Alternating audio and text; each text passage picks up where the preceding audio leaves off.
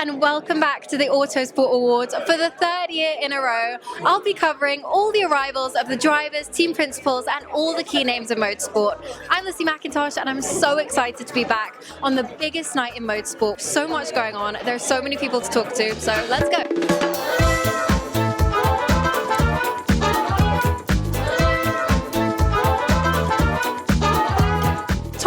A superstar chef. How have you designed the menu for the Autosport Awards tonight? So it was a combination, like all these kind of events and awards, you know there's a lot of people coming, so you've got to play relatively safe, you've got to do things that you know everybody's going to enjoy and everyone's going to like, and then also we want to try and make sure that we use the best of British, incorporates amazing produce and showcases food that represents an awards do like this that's so special for everybody. Susie Wolf, I am so happy about the season that F1 Academy has had. I feel like the mission has truly been established now. What's the next phase of growth for the series? Well, you're going to see this evening, we're launching our rebrand. We're showing up with a little bit more confidence, a little bit more boldness this season, and looking forward to all the racing starting again. But like you rightly said, all the momentum we're having off track to show that, well, these outdated preconceptions that it's a man's world, I think those are slowly shifting, and we're seeing more and more young women really loving our sport. I can't wait. It's all down to you, Susie. Thank you so much. Thank you. Isaac Hadjar, what was the first piece of advice that Max Verstappen gave you when you joined Red Bull? Nothing. Nothing? Yeah, he just said hi in French. Speaks a bit of French. He's kind. I have a really random question for you. After a race, what's your favourite recovery meal? Wow, all sorts of nasty stuff. Like, honestly, it's always the same, like a smash burger.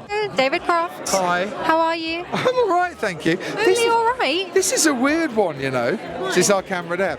Because normally I come to these awards and I just like skulk in and no one wants to talk to No, me. you're the main event. This is about the 7th interview I've done. I can't believe You're it. the man of the hour. Well, I am now. You are now. Tell me. You want to talk to me tonight? Even not. Do you remember the Sky Sofa a couple of years Do you ago? remember the Sky Sofa? Time to be. My sons remember the Sky Sofa too. You were so nice to them that day. Thank you. How are they?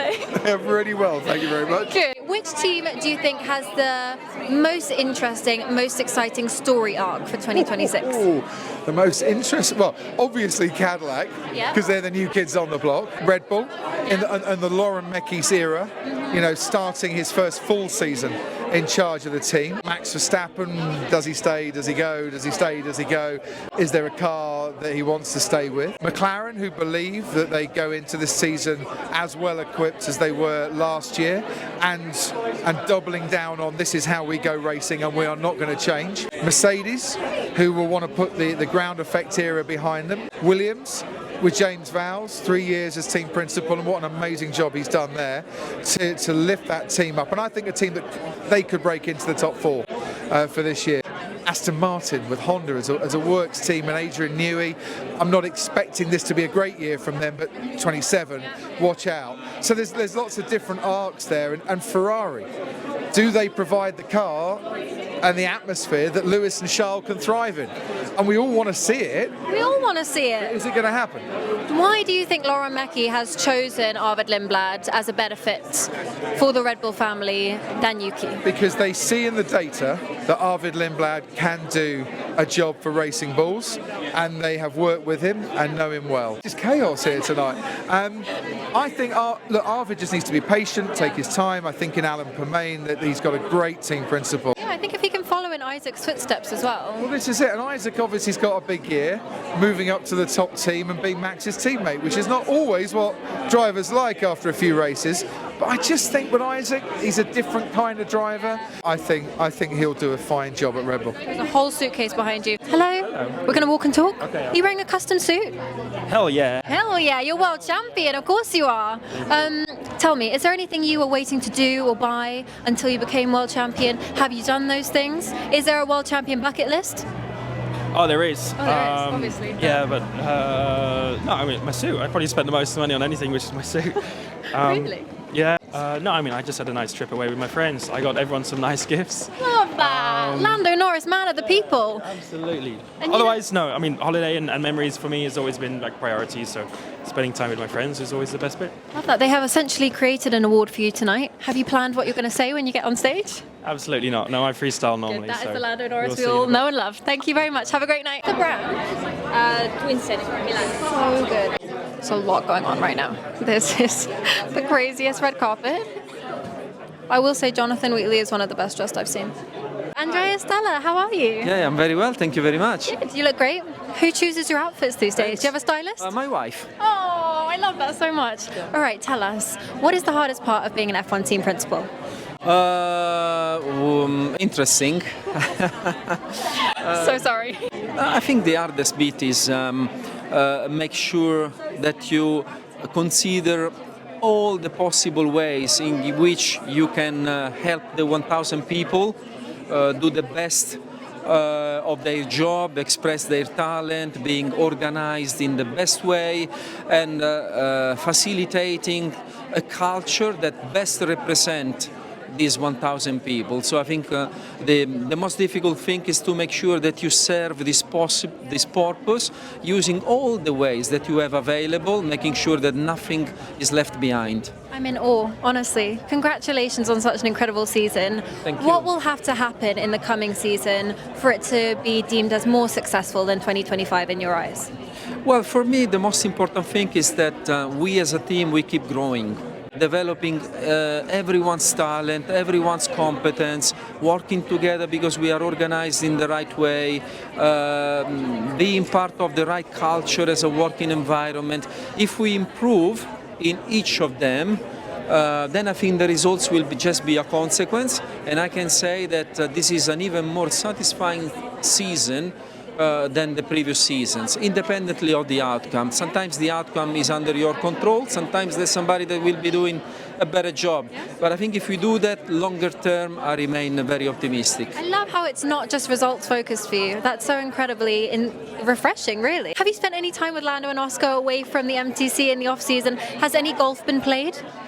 So I don't play golf actually, I leave the pleasure to Zach, but definitely we have talked with Oscar and Lando. Always a great pleasure to talk to these two guys. They represent so well the values of McLaren, and they came back with lots of energy.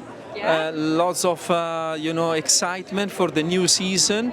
Lando to confirm his position as world champion. Oscar, if anything, even more determined to go and grasp it. I'm voting for a Top Golf simulator at the MTC this year, please. This could put me into golf, so I can join Lando. It can be you and Zach versus Oscar and Lando. It could be. Yeah. Maybe we'll work on it. At the moment, I'm not sure it's a good idea for Zach. Thank you so much. Have a great night. See you later. Have a quick word for both of you. All right, we've got Max Gunther and Taylor Barnard. Taylor, you're up for Rookie of the Year. How incredible is that? I feel like you stepped in your first race in Monaco for Sam, and you just took the whole world by storm. Why do you think you were able to adapt to Formula E so easily? First of all, it's great to be up for such an award like that, so of course I'm looking forward to that. Formula E is not an easy championship to be able to adapt to, and if I'm honest, I'm not really sure why. I kind of just entered and I felt super comfortable within the car, with the environment, and it just kind of clicked for me, so I'm very fortunate in that. And Max, how are you finding? We've had 2 races to start the season. How's it been going for you so far? Yeah, it's going well. Very much comfortable in DS Penske. Last year was my first year with the team, and it's just a great environment. I think we are working really well. The first 2 races, I think, solid start in Sao Paulo. A bit unlucky last time out in Mexico. We had good pace with both cars. Taylor managed to score great points for the team.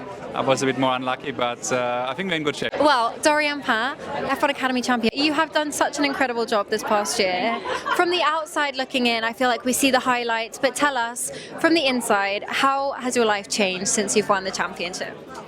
My life changed significantly, to be honest. I'm very, very proud of this achievement, obviously, because I put a lot of work into it. But yeah, now it's a new chapter begins, and very exciting about all that is coming. You celebrate for like 2 minutes, and then you've got a seat now, fully funded. How's it going? How's all the prep going?